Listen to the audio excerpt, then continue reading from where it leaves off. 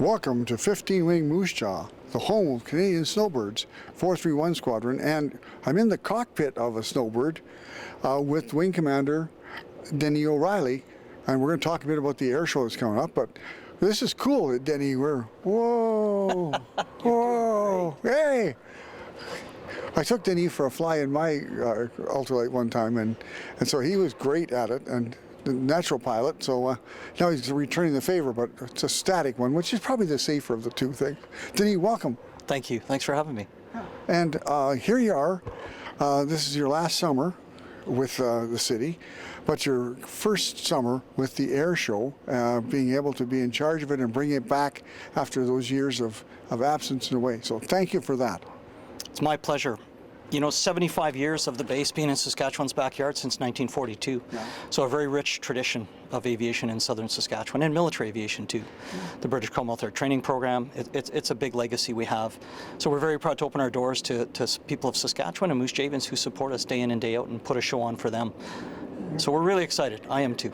I know you are. Yeah. The stuff that's happened with this is just a wonderful opportunity to showcase the forces, but you've arranged, and the people in the Air Show Committee have arranged to have quite a display of military paraphernalia, but most particularly the aircraft in the inventory. You've got some pretty cool planes coming in. Amazing. We have a great mix of military and civilian aircraft. We've got some amazing military aircraft. Of course, the Snowbirds are going to end the show at 4:31 p.m., which is very suitable. They're 431 Squadron. But prior to that, we got also some great acts like the F-18 Hornet demo, which does some amazing heart-pumping, adrenaline-rushing stuff. If you've never seen them do a square loop or do a vertical departure or high-speed pass, just the sheer power of those engines, you can feel it in the ground, you can feel it in your body. And you can hear it in your ears. Awesome. We got the United States Air Force F-16 Viper, which is one of my favorite aircraft. Very slick, hugely powerful, loud jet. So we got their demo pilot coming as well. And then a really nice mix of civilian acts. We've got a very interesting Kyle Fowler's bringing us Long Easy. I don't know if you've ever seen an aerobatic demonstration in a Long Easy. Fantastic. And here, for the first time, we're announcing an act that no one else knows about. It's not on the website. So we're revealing it to you, Lyle, and to the members of our local cable station and our thousands of watchers. We're going to have a T-33 called Ace Maker coming, which is actually part of the training history and traditions of 15 Wing. The Red Knight used to fly. Absolutely. Used to fly a T-33, and of course the Red Knight Arena, which is where the hockey takes place, the base, is named the Red Knight Arena. So that T-33 it was one of our first supersonic airplanes, I believe. Probably was, yeah. And it does an aerobatic show. A T-33 does an aerobatic show. I've seen it in Abbotsford. Those who've seen Abbotsford, it's phenomenal. It's a beautifully graceful, powerful aircraft, and anyone who's seen it, when they see it again, you just go, oh, yeah, it's wonderful to see it in the skies. Yeah. So, and where is she from? I don't know. I don't know. It's a trivia question for you. First person to comes up to me and tells me the answer will get a free shop hen. Yeah. Sure. Okay. I know sometimes it's flown by Rob Mitchell. Do you remember Rob Mitchell? He was the team lead for the Snowbirds. Yeah. So him and another guy fly the Ace Maker, and it was Rob Mitchell flying, and I think in Abbotsford, if I'm not mistaken, when I went to see them. It could be him performing for all I know. So. Yeah. That's cool. Thank you. Yeah. Boop, boop, boop. Yeah. So, and other things, you've got some great static demonstrations. You've tried to get some of the planes that, just by their nature, aren't great to see in the air because you can actually see them up close. Like, you've got isn't there some kind of transport that you're bringing in? We're trying to right now. The statics are a little more difficult to confirm ahead of time because they're operational aircraft. So we try not to advertise them because they can change. The acts that are flying in the air are booked. We've got contracts signed. They're going to be there. But the statics are often what's available, and sometimes we get even better than what we anticipated. You know, we're trying to get a C-17. We're trying to get a J-model Herc, you know, like the Globemasters, whatever we can find. Dash 8s, any kind of fighter aircraft, an A-10 Warthog from the States if we can. Yeah. We try to get as much interest from both on the American and the Canadian side to have a great static display. It's going to be great, we just don't know exactly which ones. And the greatness is exactly what you're talking about. And I know that the Peaches Peach family member. Is there not one of them coming? Yeah, that's right, Ken Peach, and I got to look it up here, but Ken Peach and his Interstate Cadet Jelly Belly, and I think he does a really interesting kind of a comedy act in terms of the types of things he does. It's more of an acrobatic, funny show. So it's great for the kids. You know, the narrative will be funny, and it's very entertaining for family. And I remember when they used to come here back in the 2000 and the 90s, that he would go up and then he did some trick stuff with the plane, and pieces started falling off the plane. That's him. And he lands without the engine on and taxis right up to somebody who's been standing in one place, puts his hand out, and the guy puts the propeller right on his nose. Yeah, fantastic, fantastic. They're great connections, a great a connection between them and here in the Moose Jaw base.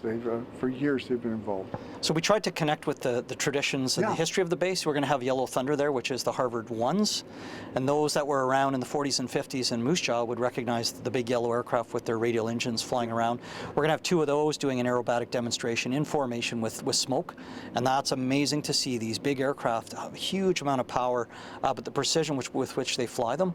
And I think it'll be reminiscent for anyone that did live here in the 40s and 50s. When they hear that noise, they'll be, I remember that. Because I'm a South Hill kid. Yeah. And so you hear, wow. Oh, yeah. And because it changes pitch and stuff. Yeah, absolutely. Yeah. Absolutely.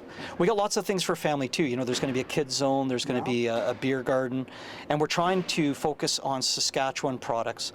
So, you know, the 27 food vendor trucks that we're going to have are all from Saskatchewan. First from Moose Jaw, then from around Saskatchewan. As well, if you're thirsty and you want a beer, you can go to the beer gardens. There's going to be Rebellion, has got their lentil ale that they're serving, and they're going to have a label made just for the Sask Airshow 2019. So that'll be a real keepsake. You won't be able to keep your beer bottles. Absolutely. They won't stay here to recycle. Yeah, They'll go so home. Last Mountain Distillery as well is making special spirits just for the beer gardens. So there's going to be a lot of stuff to see and do throughout the day. Yeah. Just walking across the thing is Mike French. Yeah. That's the commanding officer of the Snowbirds. Yeah. And he was just out doing a proficiency flight with one of the standards officers. So it's business as usual around here I at know 15 Wing, yeah. This is an operational base. It's going all the time, and there's always things happening. Yep. I'm just looking. We're in not in Harvard. We're in a Tudor, which was built in the early 1960s or late 50s, and it has become the standard to be used for our air team. But it also has certain aspects to it that other air show demonstrations don't have. It goes slow. It's very controllable, and you can always have something in front of the audience all the time during their shows. Absolutely. This aircraft, you know, if we could replace the Tudor jet, we'd replace it with a new Tudor jet. Like any Tudor pilot or a Snowbird pilot that flies these absolutely loves it. It's completely reliable. It's exactly we could use a bit more power, but it's enough power to do what we do. And you know, the faster a jet goes, the further away from the shoreline it gets from you, right? And so it has that remarkable ability. It's so stable too, in terms of the flight controls and the aerodynamics of this aircraft. So it allows them to get within 4 feet wing overlap and 9-ship, which is not a lot of other teams do that. In fact, I'm not aware of any other that does 9-ship like that. I know too that there's a trim aspect to this, and so to keep that control and that precise, they crank that in. The guys who are pilots here have huge arms and stuff because it requires good strength, and a flight of about 30 to 40 minutes, which is program is. That's like a day's flying for a normal person. And that provides stability when they're doing that, because they have what's called nose down trim. So they'll click the trim here forward 3 or 4 times, you know, to keep the nose down trim. Basically, when you're fighting against something, your arm is less likely to induce oscillations, and that's why they do that, is to have a more stable flight. Well, they're the hard workers out there. Yep, they are. Yeah. But no, this is. And I understand from people who've flown this that it's so similar to flying like my airplane. In fact, you can make turners and corners without even using the rudders. You can. Yeah. Well, it's centerline thrust jet, so there's no requirement for rudder input. The Snowbirds actually, when they fly in formation, use a fair bit of rudder to cross control, but it actually allows the symmetry of the team to be maintained without. So they're actually it's not a cheat, but it actually makes the show look better. But it's actually more work for them. So they're working hard. You know, a Snowbird pilot, he's got one arm bigger than the other. Yes. That's the one. You know what side they fly on then. Exactly, Absolutely. In the flying of the planes, they are on different sides. Some pilots fly from the right seat, and some people fly from the left seat because of the position they are in the formations. That's right. So You learn how to fly. Most pilots fly from the left seat because that's the normal traditional spot for a pilot of an aircraft to fly. But in precision teams like the Snowbirds, the left and the right seats are very important. They are. And they fly from that seat the whole time because it really is a specialty. In fact, it takes so much practice that they really can't fly somebody else's position. Every position is so unique. If you watch them when they're in a loop and they're changing stations on the way up, you'll see that certain aircraft move, another aircraft move to make space for them, and that has to be practiced to precision and timing. And so you can't just, oh, I know your job and my job. No. They really can only know their own job, and it's difficult enough just learning that. Trust me, it really is. So when people watch the show, they're going to say, oh, I know what they're doing now, because we give them a little insight into what they have to do.